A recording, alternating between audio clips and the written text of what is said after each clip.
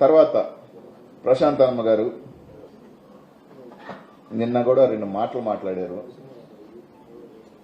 సరే, వాళ్ళ ఆమె విజ్ఞతకు వదిలేస్తా. పెద్ద ఆమె వయసు బయటపడిపోతుంది.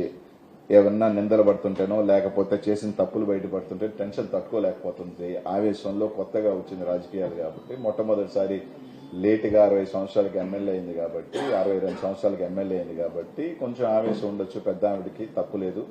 నేను కూడా ఆమె బిడ్డలు నాకన్నా పెద్దోళ్ళు ఉన్నారు కాబట్టి పెద్ద ఆవిడే దీవెనలుగా భావిస్తాను. ఏంటి నన్ను సంస్కారవంతంగా ఆమెకున్న సంస్కారవంతమైన పెద్ద ఆవిడకున్న సంస్కారవంతంగా నన్ను దున్నపోతని తిట్టినా, వాడు వీడు అని తిట్టినా, నా తల్లి కూడా నన్ను తిడుతుంటుంది. ఎదవా, దున్నపోత, గాడిద అన్ని తిడుతుంటది. పర్లేదు, నేనేం బాధపడినమ్మా.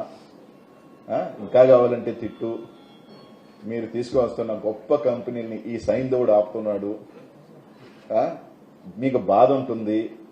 4.5 సంవత్సరాల పాటు ప్రశాంతంగా 20% కమిషన్ దొబ్బేయాల్సింది ఈ సైంధవుడు ఆపేశాడు అన్న బాధ మీ భార్యాభర్తలకు ఉండటంలో తప్పే లేదు.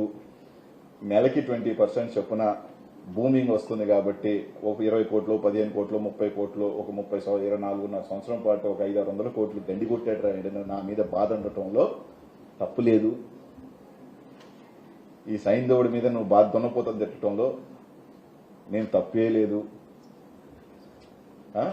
కాబట్టి తప్పు లేదు, పడతాను. కానీ నేను చెప్పినట్టుగా మాత్రం సమాధానాలు చెప్పండి. నువ్వు అడిగిందే చెప్తున్నా. మా మీద విమర్శ చేస్తే మేము సమాధానాలు చెప్పుకుంటాం. ఇంకొకటి, నాకు దైవ భక్తి ఉంది, ఆ దేవుడు చూసుకుంటాడు అని చెప్పాడు. చాలా మందికి తెలుసో లేదో, అత్యంత శివభక్తుడు ఎవరు? సీతమ్మ వారిని అపహరించుకోబోయిన రావణాసురుడే అతిపెద్ద శివభక్తుడయ్యా. అవునా కాదా సార్? నాకు తెలిసి, కరెక్ట్ చేయొచ్చు నేను తప్పు అయింటే, నాకు తెలిసి పరమ శివభక్తుడు ఎవరు అంటే రావణాసురుడే. కాబట్టి దైవ భక్తున్న వాళ్ళందరూ మంచోళ్ళు కాదు. ఆ శివుడిని మొక్కిన వాళ్ళప్పుడల్లా వరాలు ఇయటం, వాళ్ళని చంపను మళ్ళీ ఆ విష్ణుమూర్తి అవతారాలు ఎత్తటం, ఇదంతా చరిత్ర మనం చూసిందే కదా.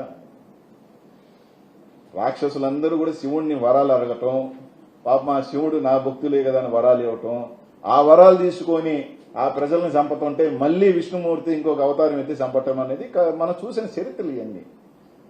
కాబట్టి దేవుడు ఉన్నాడని కాదు. మీరు నా ఆస్తుల మీద ఎవరెవరో చేత, నాకు తెలుసు ఆయన కూడా 7 ఉన్నాయి, నాకు తెలుసు 7 ఉన్నాయి, నీకు తెలుసో నాకు తెలుసో ఆ సిట్టింగ్ జడ్జిని వేసేస్తే ప్రజలకు తెలుస్తాయి. నాకు కూడా చాలా ఇబ్బంది అయిపోతుంది. వీళ్ళు 500, 1000 కోట్లు ఉన్నాగా నా దగ్గరికి సాయం అడిగేవాడు వచ్చి, ఆ మనసులో 500, 1000 ఉందని అన్న ఒక 5 లక్షలు ఇవ్వు, 10 లక్షలు అంటే మనం ఎత్తిపోయి ఉంటే ఆ 5 లక్షలు అని చెప్తుంటే ఎవడు అలిగిపోతున్నాడు. నాకు చాలా ఇబ్బందికరంగా ఉంది సార్. చెప్పుకోవాలంటే బాధ. అందరికీ ఒప్పించాల్సిన ప్రయత్నం నేను చేయలేను. రకరకాలు ఉంటాయి. ఎందుకంటే రాముడు ఉన్నప్పుడు రావణాసురుడు ఉంటాడు, రావణాసురుడు ఉన్నప్పుడు రాముడు ఉంటాడు. కాబట్టి నా మీద తెలుగుదేశం వాళ్ళు రాసుకోవడంలో తప్పు లేదు. తెలుగుదేశం కార్యకర్తలు కానీ లేకపోతే జనసేన నాయకులు కానీ నా మీద పోస్టులు పెట్టడంలో తప్పు లేదు, కామెంట్లు పెట్టుకోవడంలో తప్పు లేదు. వాళ్ళని ఒప్పించాల్సిన అవసరం కూడా నాకు లేదు. ఒప్పించగలిగింది, మెప్పించగలిగింది ఇప్పుడు ఎవరన్నా ఉన్నారు అంటే లోకేష్ గారు కానీ చంద్రబాబు నాయుడు కానీ సిట్టింగ్ జడ్జి ఎంక్వైరీ చేస్తే కనీసం నాకు ఏంది ఉన్నదిరా, అరే వీడు ఎత్తిపోయి ఉన్నాడు రా అన్న సంగతి ప్రజలకు తెలియజేస్తే బాగుంటుంది. ఇంతకన్నా నేను చెప్పగలిగింది.